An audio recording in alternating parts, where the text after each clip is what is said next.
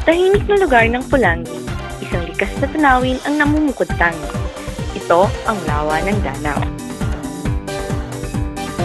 Ang lawa ng Danau ay matatagpuan sa Barangay Danau, Pulangi, Albay.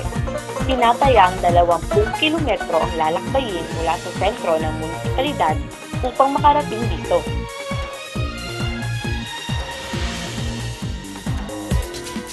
Ang mayabong at buntiang mga pananim sa buhay at berning kapaligiran ng lawa ay nagdudulot ng malusong na hangin na dumadampis sa mga nagtutungo dito. Tinatayang ang lawak ng lawa ng Danau ay 12 ektarya at 25 talampakan naman ang lalim nito. Matatagpuan sa Danau Lake ang pinakamaliit na isda sa buong mundo, ang Pandaka pygmaea. At dahil sagana sa mga isda ang lawa, pangingisda ang pangunahing kinabubuhay ng mga taong naninirahan sa paligid nito.